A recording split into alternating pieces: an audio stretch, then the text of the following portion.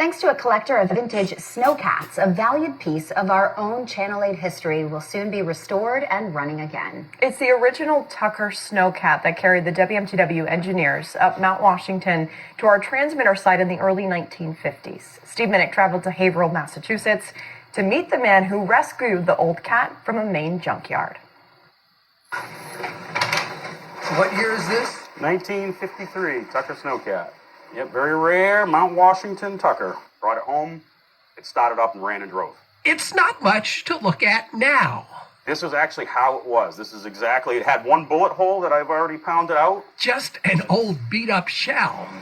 But some 7 decades later, the history of this rare Tucker Sno-Cat is still clearly stenciled on both sides. Mount Washington Tucker. Vintage photos from its 1950s heyday ascending Mount Washington about all the motivation Brian Damaris needs to get her running again. Full cab. My plan is to get it mechanically perfect so it's going to be a good runner and try to preserve the history with it. Took me 10 years. An avid collector of virtually anything Tucker. I was always fascinated by the Sno-Cat groomers, particularly the Tuckers. I just thought it would be cool to be a groomer. They're actually powered by a British Ford Anglia motor.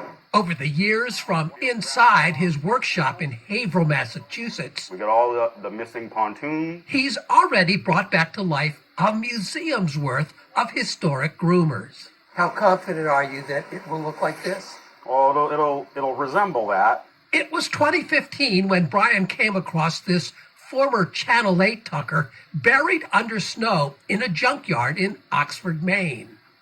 At first planning to simply use it for parts, but as word spread of his discovery, he realized he'd uncovered a gem. And then I get some pictures on social media of it in its heyday, up on top of the mountain, and it kept coming up, and a friend would send it, and I'm like, wait a minute. I started to dig a little bit. I'm like, oh, this thing's kind of cool. And there's a lot of history about it. I'm like, maybe I should keep this. We're fitting it back up. Keep it and rebuild it. Turns out all that history includes an array of chapters beyond its days of ferrying the Channel 8 engineers up the mountain. He found that later it belonged to New Hampshire's Wildcat ski area, a Bethel logging operation. Then, with its tracks interchanged with tires, a junkyard haul it all. Any cat that has a story to it that's kind of historic just tends to be a better Sno-Cat to own, and they're more fun to work on knowing that you're preserving some of the history. Somehow, through all of this Sno-Cat's enduring history, there remains that indelible link to Channel 8 and Mount Washington.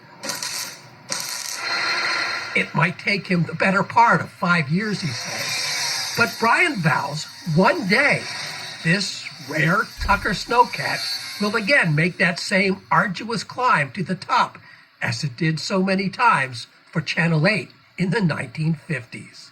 We should be able to clean up some of it, put the missing body on it, and really I want to get the thing back up to the summit for another photo shoot to put with the rest of the pictures.